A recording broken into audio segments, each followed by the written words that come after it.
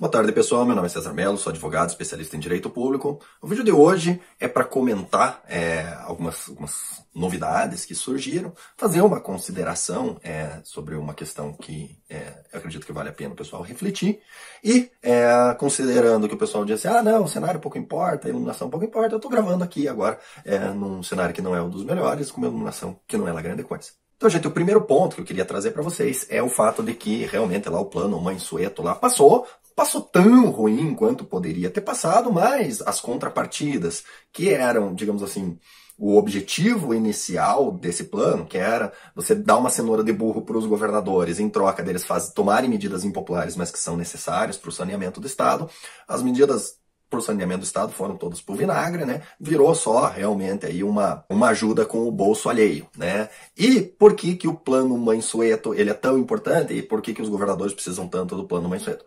Porque isso é uma coisa que foi o Marcos Polon que colocou, já tinham me dito antes, mas eu não entendia muito bem, mas o Marcos Polon entende isso muito bem e está fazendo um trabalho com base nisso, certo? O fato é que os políticos da velha política, eles precisam da articulação. Para que articulação? Para eles poderem ter dinheiro para gastar na campanha, certo? Essa história de que, o fundão eleitoral e tal, você acha que os caras vão gastar só o fundão eleitoral? É óbvio que não, né? Tem aquele dinheiro não contabilizado que vai ser utilizado na campanha e que, usualmente, esse dinheiro vinha da articulação, certo? Porque tem essa jogadinha, né?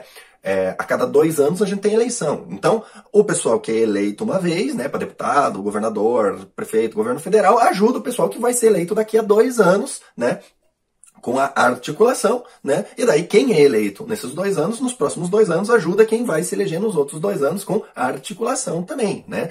Só que no governo federal não tem mais articulação e nos governos estaduais e municipais não tem dinheiro para fazer a articulação, né? Então, o plano Mansueto ele vem resolver esse problema, aonde o governo federal não tem articulação, porque o governo federal não articula, né? O presidente não articula, né? Não sabe governar, né? Da onde já se viu não articular, né?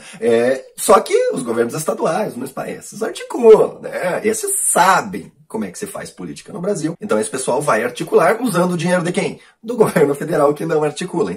Então esse é o primeiro ponto. Não passou tão ruim, não é tão oba-oba. Aquela questão que me preocupava profundamente e levaria ao fim do governo Bolsonaro, que é o fato dos governadores poderem, na prática, imprimir dinheiro, foi retirado, certo? Então, estão tentando salvar. Esse projeto vai para o Senado, né? Talvez no Senado ainda consiga o governo dar uma melhoradinha, não tenho muita esperança. Provavelmente o Bolsonaro vai vetar algumas partes e daí eles vão derrubar o veto e o oba-oba vai acontecer e vai haver as articulações para a eleição desse ano, né, para governo municipais, né, vereadores, etc. Né? E esse dinheiro da articulação vai ser usado nessas campanhas para que os escolhidos pela velha política sejam eleitos, né, e ajudem daí em 2022 a eleger os da velha política e manter o esquema, esse esquema que é o mesmo esquema que, por exemplo, faz com que você não tenha o direito ao porte de arma, porque na hora que o Bolsonaro faz o decreto dentro da legislação, especificamente dentro da legislação, eles dizem não pode, porque é o seguinte, daqui uns anos vai ter pandemia. E se tiver todo mundo armado, como é que o governo vai poder mandar ficar todo mundo em casa, né? Mandar fechar tudo, né? Mandar seguir o celular, mandar a guarda municipal bater em quem tá sozinho na praça. Fica difícil, com o pessoal armado fica impossível. Então, derruba o decreto aí, porque a gente sabe que armas tem a ver com controle, não tem a ver com segurança, não tem a ver com nada disso. Tem a ver com o fato de você estar sendo controlado, certo? Então, o plano é esse, certo? Permitir que a situação haja articulação, né? E nas eleições municipais, quem é o escolhido seja eleito, né? E não quem é o melhor, certo? Dentro dessa perspectiva, a gente tem 2 questões. Uma é uma boa notícia e outra é um plano, certo? Qual que é a boa notícia? A boa notícia é que é o seguinte, como o objetivo não é salvar ninguém do xing-ling, né? Ninguém tá preocupado se você vai ficar doente ou não, né? Tem que ser muito trouxa pra achar que é isso que eles estão preocupados, né? Efetivamente, essa situação provavelmente só dura até junho, julho. Por quê? Porque se estender além disso, atrapalha o atendimento ao objetivo, que é a eleição, certo? Se o troço for muito além, como é que os caras vão ter o dizer, não pode trabalhar, tem que ficar todo mundo em casa, né? Tá proibido e tal, mas dia tal esteja na fila para votar, entendeu? fica inviável, né? Então eu tenho para mim, aposto as minhas fichas de que isso vai até junho, julho, no máximo, porque dá tempo de articular, né, até junho, julho, o necessário e não atrapalha as eleições, certo? Então é isso que eu acredito, é essa que é a boa notícia, certo? E qual que é o plano? O plano é colocar em prática aquilo que o Marcos Polon, do ProArmas, se você ainda não conhece o ProArmas, pesquise, procure, se inscreva, tome as suas providências, certo? De nós fazermos campanha para eleger nessa eleição municipal, apesar deles terem articulado para gerar um efeito contrário, elegermos, fazermos campanha a favor de quem está do nosso lado e fazermos campanha contra quem está do nosso lado, tá? Isso é um plano que pode dar certo. E por que eu digo que pode dar certo? Pode dar certo porque já deu certo, né? Ou o Bolsonaro foi eleito porque articulou, porque tinha um fundo eleitoral gigantesco, porque gastou um monte de dinheiro com campanha. Não, a gente precisa mostrar para esse bando de safado aí que você articular e fazer uma campanha cara é irrelevante, entendeu? O que você precisa é adotar as pautas conservadoras. É isso que vai fazer você ser eleito ou você não ser eleito, entendeu? Pouco me importa o que você pensa no seu íntimo. O que você precisa fazer para ser eleito é concordar comigo, com as minhas pautas conservadoras, aí eu te dou voto e daí você é eleito. Então é muito importante que aquele plano inicial que a gente tinha, que era, olha, vamos encher o saco do pessoal, dizendo assim, deputado, o que você acha em relação às armas? O que você acha em relação à proibição do canudinho? Agora, o que você acha em relação ao isolamento social? Se o cara falar, não, eu sou contra as armas, sou a favor de proibir o canudinho, sou a favor do isolamento social, não vote nesse filho da puta, entendeu?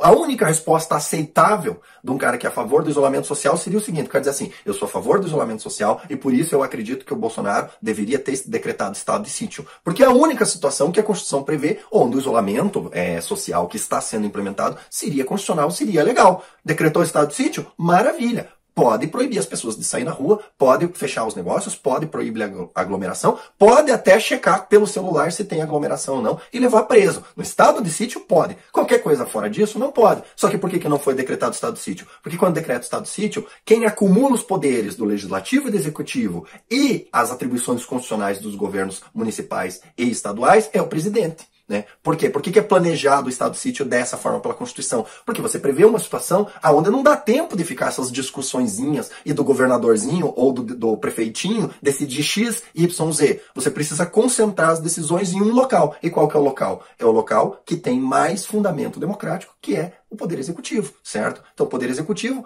passa a ser uma semiditadura. Sim, passa a ser uma semiditadura completamente legal, completamente constitucional, certo?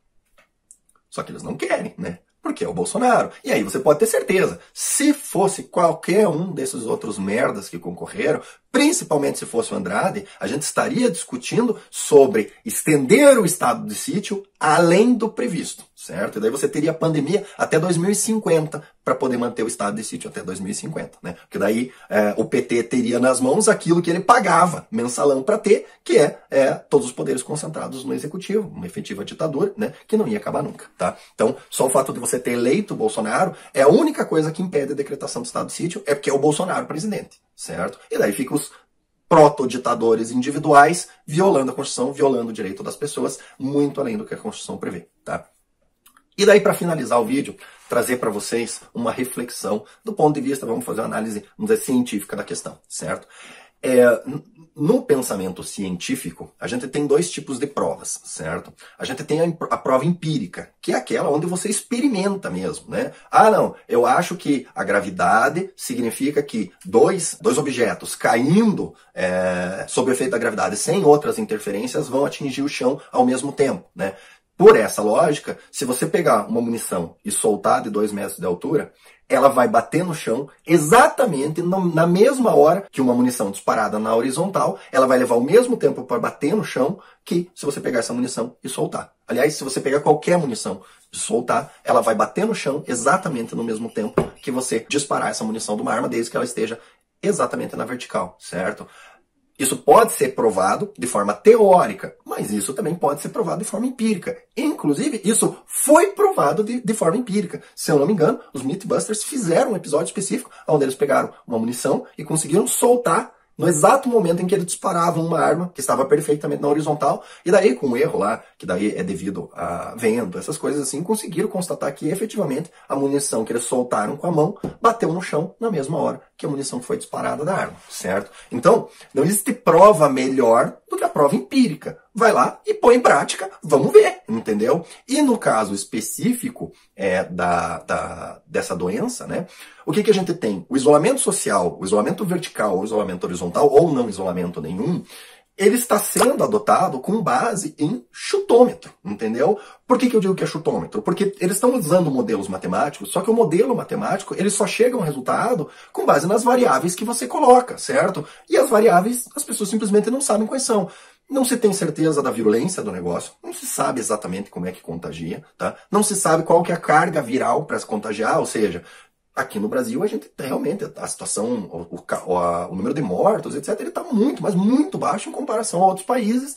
E qual que é a principal diferença entre esses outros países? É a temperatura que a gente tem, entendeu? Então existe a possibilidade, né, isso parece fazer sentido, de que a carga viral, ou seja, a quantidade de vírus necessários para uma pessoa se infectar no ambiente frio, é bem menor do que no ambiente quente, como o que nós temos aqui, certo?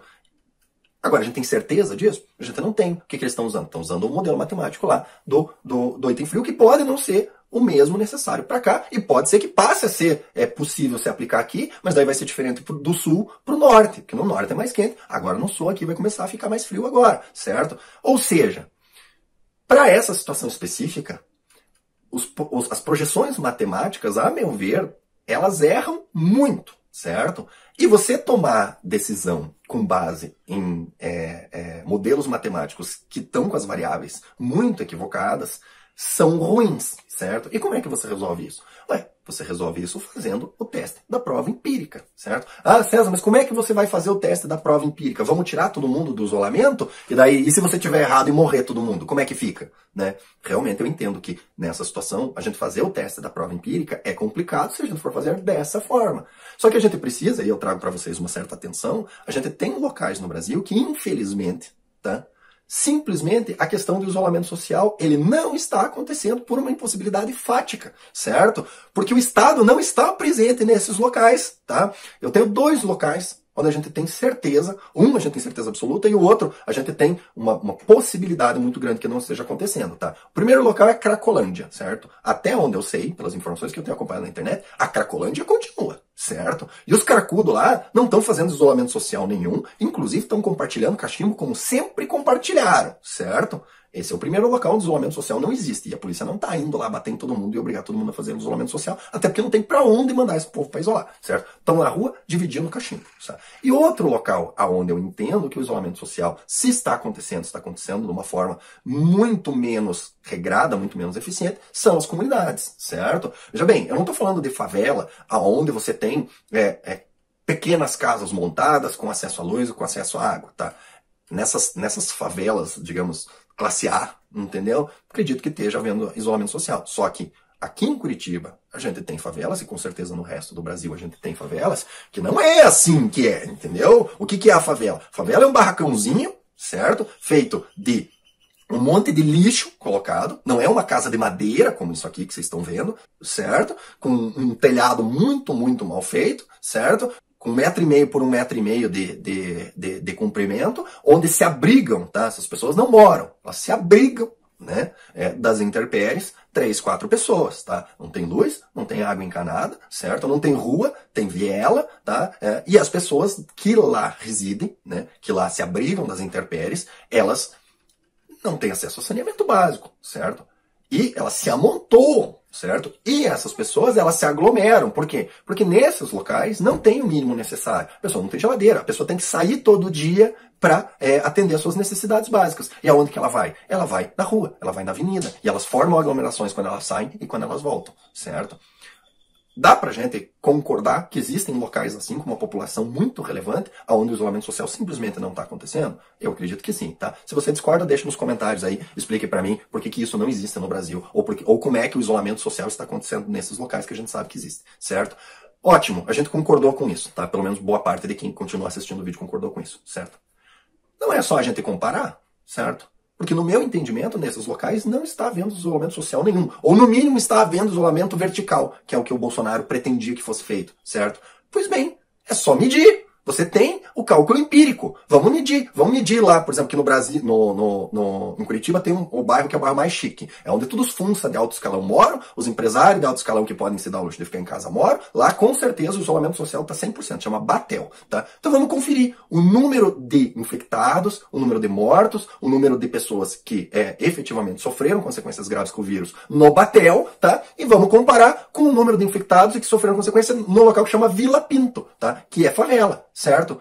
Se não tiver uma diferença gritante, absurda entre os infectados no Batel que estão em isolamento social, horizontal, do jeito que o pessoal quer, hashtag fique em casa, com o pessoal da Vila Pinto que está saindo 2 vezes por dia andando pela cidade, não tem nem saneamento básico, nem para lavar uma mão direito, certo? Se não tiver uma diferença radical, se o gráfico da Vila Pinto não fizer assim, ó, não for lá para cima, e o gráfico do Batel não for retinho para baixo, a gente tem uma prova empírica de que esse isolamento social é baboseira, é bobagem, não tem influência nenhuma nos resultados de infecção, certo? Ou melhor, corrigindo, não tem influência nenhuma nos resultados de pacientes graves que vão efetivamente precisar do internamento na UTI. Porque não sei se vocês se lembram, mas toda essa confusão, toda essa bagunça que está sendo feita, o argumento é o seguinte: olha, o problema é que se todo mundo se infectar ao mesmo tempo, o número de pacientes graves será superior a de UTIs disponíveis. Tá?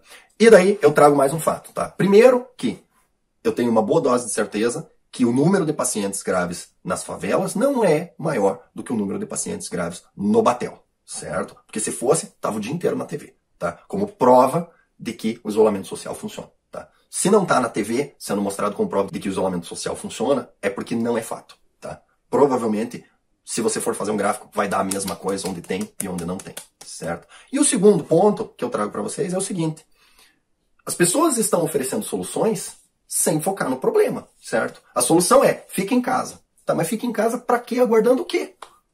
Ah, para achatar a curva.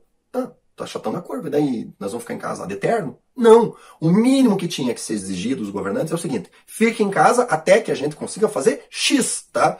A solução que eu vejo como razoável é o seguinte: vocês não estão gastando um monte de dinheiro, certo? Vocês não estão gastando um monte de dinheiro. Esse dinheiro está sendo gasto em alguma coisa. No quê?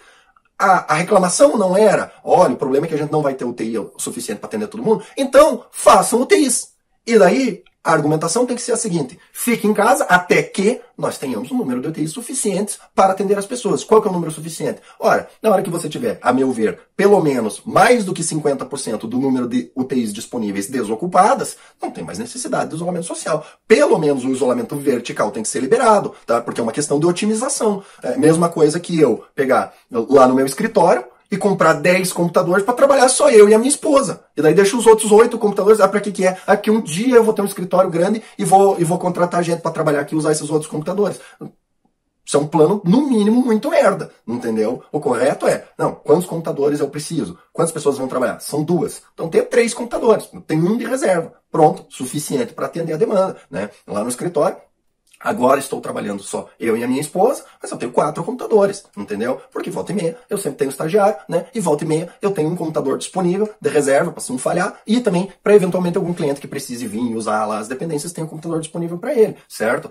Mas é isso, eu ter 10 computadores para trabalhar na sistemática que eu estou agora é um desperdício completo, tá? Então, gente, é isso.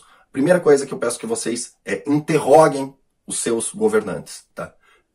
E cadê o gráfico da favela? Cadê o gráfico da Cracolândia? Já deu tempo da gente ter prova empírica de que isso funciona. Me apresentem as provas de que isso realmente funciona. E 2, nós vamos ficar em isolamento até quando? Qual que é o plano? Eu preciso de um plano, tá? Me diga, o que você está fazendo? Qual que é o objetivo?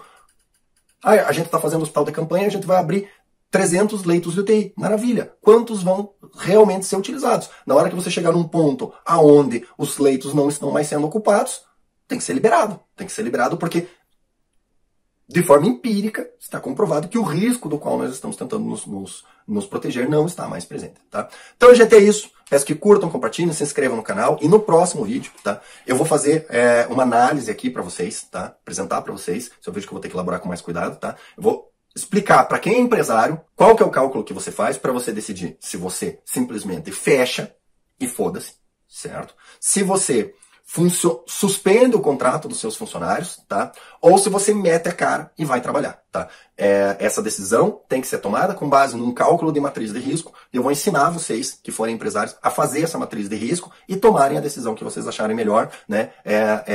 Conforme o que cada um achar melhor, tá? Então é isso. Curtam, compartilhem, se inscrevam no canal e até o próximo vídeo.